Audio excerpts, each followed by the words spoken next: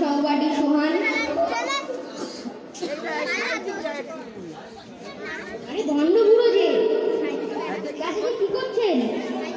কে রোহান? হ্যাঁ বল বল। আসসালামু আলাইকুম। হ্যাঁ বল বল, কি বলবি বল। সাহেব উত্তর দিলে না যে? ও বাদ দে সব, বল। আজকে শুক্রবার, জুম্মার দিন, তুমি কি নামাজ পড়তে যাবে? এই তুই আমার অর্ধেক সব নিতে এসেছিস, যা আমি পরে যাবো নি, তুই যেহেতু যাবো চলে যা। ভারী বুড়ো রে। আচ্ছা, গোসল করে যেতে হবে তো, গোসলের নিয়ত ফরজ জানো? এই তুই আমার সব শেখাতে আসিস না, সব আমার জানা আছে। গোসলের ফরজ কয়টি?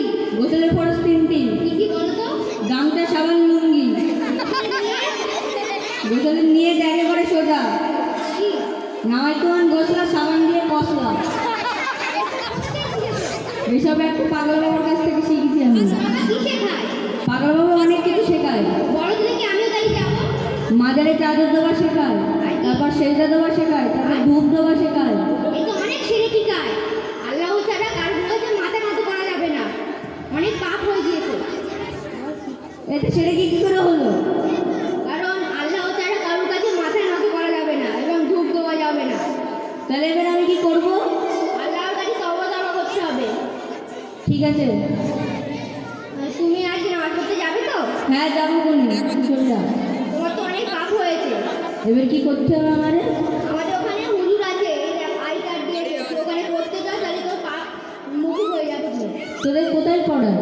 এই তো এক দুর্গাপুর জামে মসজিদে। তোদের হুজুরের নাম কি? এমপি হুসাইন। আচ্ছা ঠিক আছে, আমি কাল থেকে যাবো। আসসালামু আলাইকুম। ওয়ালাইকুম আসসালাম। ভুল বললে তো। তাহলে কি হবে?